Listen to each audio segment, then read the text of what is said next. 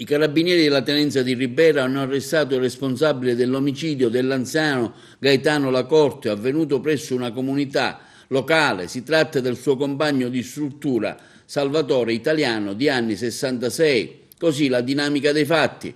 Alle 8 del mattino la centrale operativa della compagnia carabinieri di Sciacca riceveva una chiamata proveniente da un centro di ricovero per anziani di Ribera che segnalava il decesso di una persona anziana ivi ricoverata. Il cadavere si identifica in Gaetano Lacorte, del 44 di Ribera. Immediatamente intervenivano sul posto i carabinieri della tenenza di Ribera che sin da primi accertamenti rilevavano alcune circostanze poco chiare e strani segni sul collo del cadavere. Infatti non convincevano gli investigatori circa la causa della morte dell'anziano. Sul posto giungeva immediatamente la sezione investigazioni scientifiche, reparto specializzato dei carabinieri della sezione operativa di Sciacca, per effettuare con il pubblico ministero di turno della procura di Sciacca, la dottoressa Roberta Griffo, il sopralluogo e accurati accertamenti.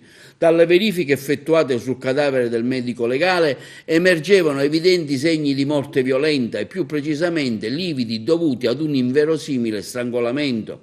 Nel frattempo i militari della tenenza di Ribera e quelli della compagnia di Sciacca concentravano le attività su indagine su di un soggetto anch'esso ospite della struttura per anziani che si era assentato ingiustificatamente da qualche ora.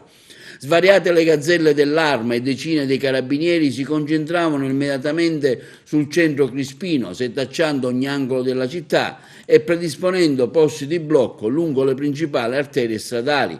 I militari dell'Arma, così, dopo qualche ora riuscivano a rintracciare il soggetto, tale Salvatore Italiano, 62enne di Ribera, presso un distributore di benzina.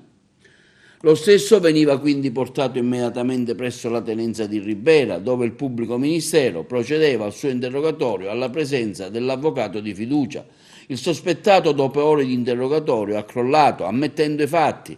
L'omicida avrebbe freddamente strangolato il malcapitato anziano per i piccoli attriti pregressi nel corso della notte, abbandonando poi la struttura all'alba.